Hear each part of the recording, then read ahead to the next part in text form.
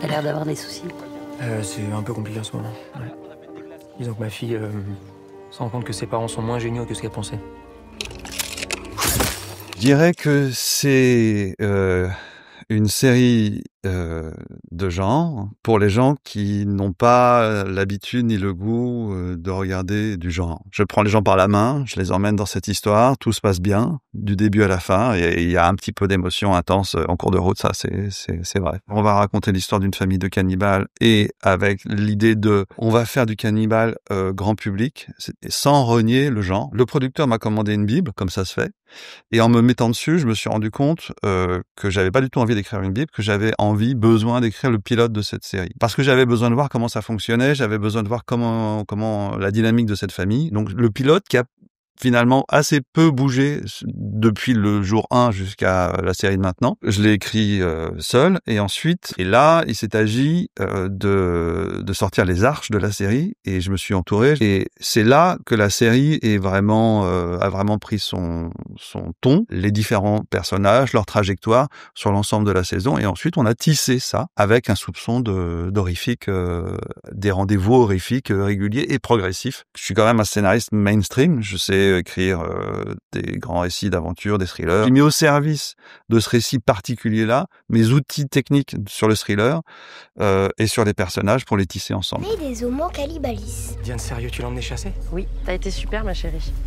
Ça veut dire qu'on ne peut manger que de la viande humaine. À quel âge elle pourra mettre à mort son premier sapiens? Il n'y a qu'à dire 16 ans. Pour moi, l'humour est la respiration, la prise de distance nécessaire. En fait, je suis très mal à l'aise sur les sujets qui sont traités à plat. C'est pour ça que je vais vers le genre, que je vais vers la fiction un peu déréalisée. Je dois avoir une forme de pudeur qui fait que j'ai besoin de mettre ces éléments-là. Et l'humour, c'est celui que j'emploie en premier. C'est ma nature de scénariste, pour me mettre un tout petit peu à distance, pour pouvoir raconter des vraies choses. Et effectivement, en revanche, ça n'est pas non plus de l'humour potache ni mainstream. Le cannibale, il y a deux écoles, en fait. C'est soit on est dans le très trash, et je voulais pas ça, soit on est dans la comédie pure. Et sur La Famille Rose, on avait collectivement envie de traiter vraiment le sujet. Et donc de se dire, qu'est-ce qui se passe si une famille de gens structurés normalement avec à peu près les mêmes valeurs morales que nous a cette composante juste, ce point particulier de on ne peut manger que de la viande humaine. On veut le traiter réellement. Et il se trouve que ça produit des situations qui sont drôles. Et je voulais pas détruire le sujet en faisant de la comédie objectivement. Je voulais que la comédie surgisse des situations et un peu des caractérisations des personnages pour en emprunter le dispositif narratif central. Et sur La Famille Rose, le point de référence qui m'est venu, c'est les Croods.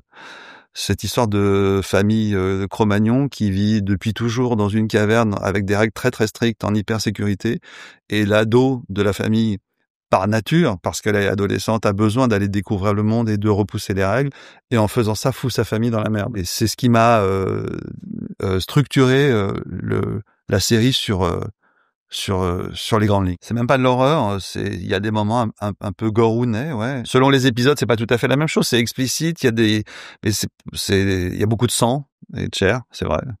Mais est-ce que c'est gore? Ça fait frissonner, ça met un peu mal à l'aise, mais moi c'est comme ça que je l'ai pensé en tout cas.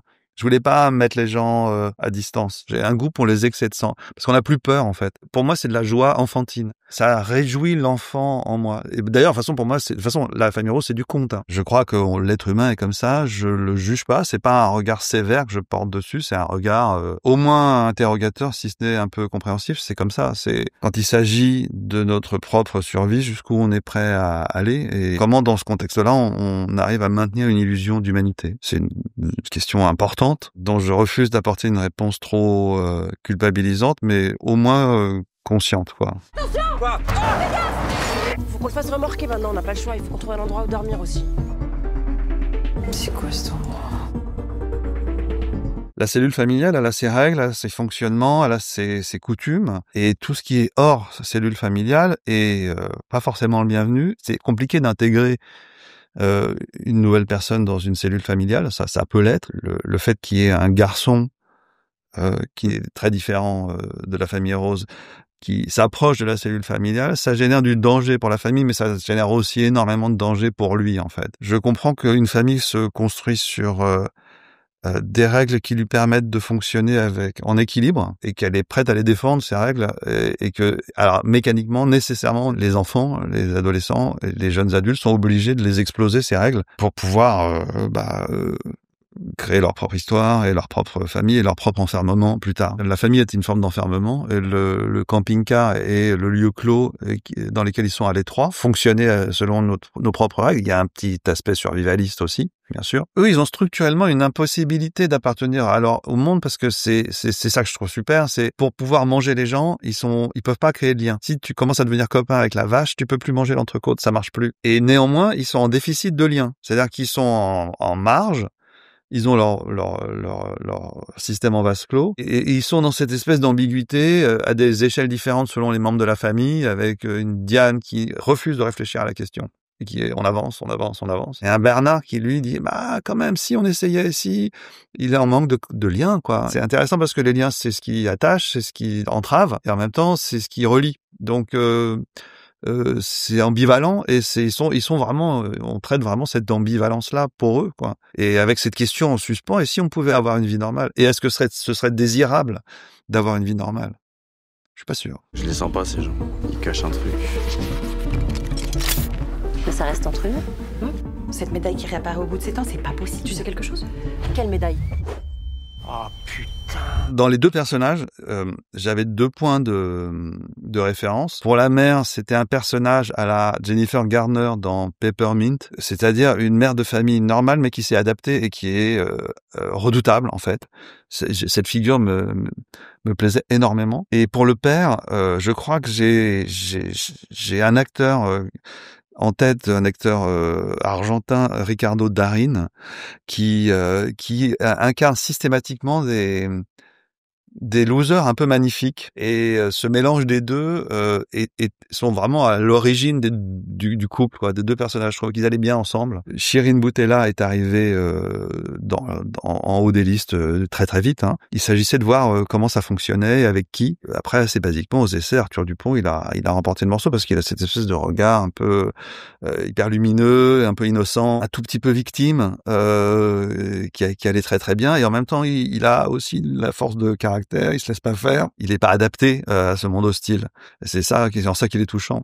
Et c'est en ça que les deux marchent bien. Mais aussi, c'est en ça qu'ils sont en conflit. Après, la famille, ça a été évidemment Capucine Valmarie pour jouer la fille. Ça a été un enjeu. On avait beaucoup moins de choix pour le personnage de Lou, enfant, toute petite, 9 ans. Donc, on a aussi essayé de voir quel genre d'actrice ado, même si elle est un peu plus âgée, Capucine, pouvait coller pour qu'il n'y ait pas une trop grosse différence. Et honnêtement, on a fait un petit peu un pari. On leur a fait faire des essais ensemble. Tout ça avait l'air de fonctionner. Mais les essais, c'est toujours ingrat. Le vrai moment, c'est quand on a fait les lectures, on a fait 2 jours de lecture à la table, et le premier jour, j'ai encore ce souvenir de m'asseoir autour de la table et de voir la famille, quoi, de les voir assis les uns à côté des autres. Avant qu'on lise la première ligne de texte, il y avait déjà quelque chose, et à la fin de la première journée de lecture, je voyais la famille Rose, quoi. Ils étaient là. Alors, il y a une part de bol, hein, quand même, dans tout ça. Et structurellement, c'est un personnage extrêmement important, le personnage de la flic, de Pilar, parce que c'est structurellement l'opposant. J'ai consciemment voulu mettre le spectateur dans un conflit de loyauté. Je me suis dit, la famille Rose, c'est le monstre, donc c'est censé être les méchants. Mais on les aime parce qu'en fait, on est dans leur intimité et on comprend que c'est parce qu'ils sont proches de nous, parce que c'est une famille.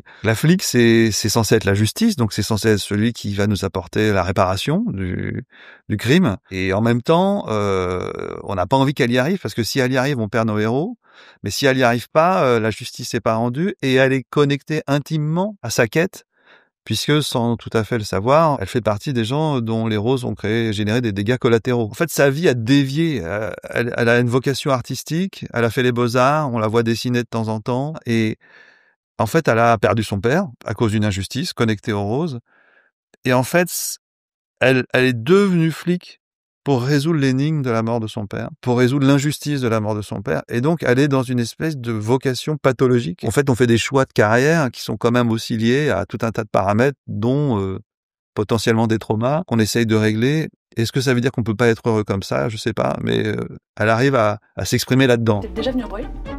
Non, jamais. C'est la première fois. Pourquoi? Dis-moi que tu pourrais me faire une recherche sur Bernard et Diane Rose. On s'est promis qu'on ferait plus ça. Putain, moi j'ai pas envie de finir en cavale, s'il te plaît. Ça fait 17 ans qu'on est en cavale, Bernard. Bon, Enzo, c'est le le personnage exceptionnel de ce projet. Il a été génial. C'était un pari. Il avait jamais réalisé de série. Il avait réalisé quelques courts-métrages. Il avait eu des prix. Il avait un truc, et on a fait un casting de réal, et lui, il nous a fait un mood board. J'avais donné les textes, et j'ai gardé volontairement ce que j'avais en tête comme mood pour voir un peu comment chacun s'exprimait. Et il m'a fait un mood board avec toutes les images que j'avais en tête, notamment Fargo, qui est une rêve, quoi, très très forte. Mais aussi, il est allé chercher Hérédité. J'ai trouvé qu'il était comme s'il était extra lucide, quoi. Il avait compris l'endroit où on voulait aller. Il a donné son mood board, on s'est parlé, on s'est vu plusieurs fois, et puis on a dit OK tout assez vite. Et ensuite on s'est parlé de ça, de cette ambiance un peu poisseuse, de cette campagne un peu paumée avec des personnages. C'est ce que j'aime dans Fargo, hein, c'est les personnages déglingués, mais en même temps tous animés par une quête très très forte dans un endroit paumé. Il y a une force là-dedans et on se sent proche en fait de ces gens. La campagne de Fargo, ça peut être la campagne paumée française, ça marche. Je trouve que ça marche. Et ensuite, on s'est aussi très vite rencontrés on veut que quand il y a du thriller et qu'il y a de la menace, il y a vraiment du thriller et il y a vraiment de la menace. On désamorce pas. Après, c'est les repérages, la découverte, la région, ce petit village qui à la fois est paumé, et en même temps un peu charmant, et en même temps la vie s'est arrêtée, il y a pas grand monde. Les deux bons génies de cette série, dans la préparation, c'est Franck Dubois et Daniel Weimer de Accurate Dream. C'est eux qui ont créé tous les accessoires, la tête coupée, le cadavre, les tibias avec des morceaux de chair. C'est vraiment Enzo, le réal, qui a échangé avec eux en prépa. Moi, on me montrait de temps en temps, j'ai vu ils avaient fait un casting de sang, par exemple. Donc, il y avait plusieurs types de sang, couleurs, textures. Ensuite, il y a eu la question des morceaux de corps, des effets de chair et tout. Ils ont été remarquables, hein. Vraiment, ils ont fait un boulot de malade parce qu'il y a un rendu réaliste qui marche très très bien. Ils se sont engouffrés dans le projet, ils sont même devenus coproducteurs du projet pour pouvoir déployer complètement leur savoir-faire. Mais qu'est-ce que tu crois? Tu crois qu'on l'a voulu tout ça? T'aurais fait quoi à notre place, toi? À force de la surprotéger, tu vas en faire une faible. C'est ça que tu veux? On a assuré la survie de notre famille, voilà ce qu'on a fait. Et pour ça, il faut qu'il y ait des gens qui meurent. Pour qu'on puisse vivre. C'est la série dont je me sens le plus proche. C'est aussi la série sur laquelle j'ai eu le plus de liberté. Alors, on a des contraintes financières incroyables, mais j'ai mis au service de la série mon expérience de scénariste. Je garantissais que c'était un projet sérieux, mais sur le propos, sur jusqu'où ça allait, sur les figures, sur les personnages, j'ai voulu aller exactement là où je voulais. Et j'ai été évidemment suivi par le producteur, j'ai été compris et totalement suivi par le réalisateur. Cette série est celle qui ressemble le plus à ce que j'ai écrit. Et ce qui est dans ce métier est souvent très très rare, parce que ça décale tout le temps et énormément. Peut-être l'économie a produit ça aussi. On était tous très très très soudés. Et donc il y a eu une longue phase de transmission, puisque j'étais très présent en prépa, puisqu'il fallait sans arrêt trouver des solutions formelles aux problèmes d'argent. Et donc chaque solution apportée était l'opportunité de transmission de la raison d'être de tel ou tel choix, de telle ou telle figure de l'histoire. Et je pense que tout le monde a été complètement imprégné de ça.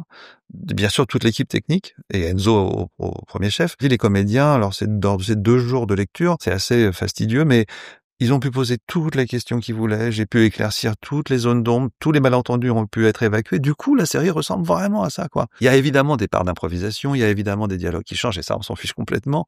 Le cœur nucléaire de la série est là.